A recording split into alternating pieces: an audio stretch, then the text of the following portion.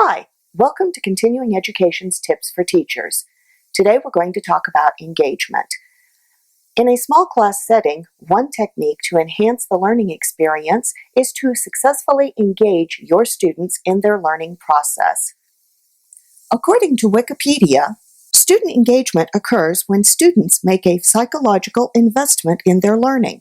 They focus on learning the class material. They take pride not simply in earning the formal indicators of success, but in understanding the material and incorporating or internalizing it in their lives.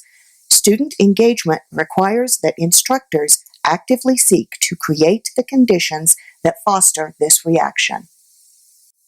Continuing education classes are often of short duration.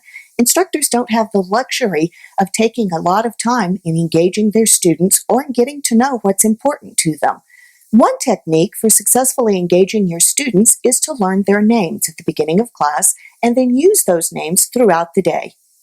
This really isn't as challenging as you might think. One simple method is to use name cards. Using name cards give you and the other students a visual cue for calling each student by name throughout class.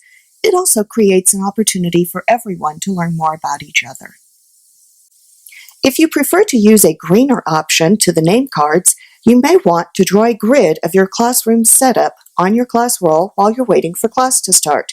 As you take attendance at the beginning of class, note on the grid where each student is seated. This gives you a handy reference tool for calling each student by name. Students report that their learning experience is more personally engaging when they believe that their instructor cares about them as a person and is invested in their learning process.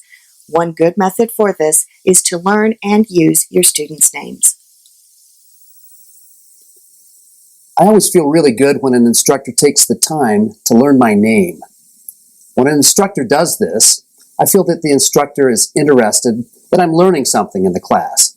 I also feel very connected with what's going on, again, when an instructor takes the time to learn my name.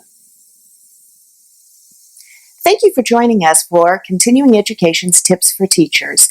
We hope you've learned a new method for successfully engaging your students.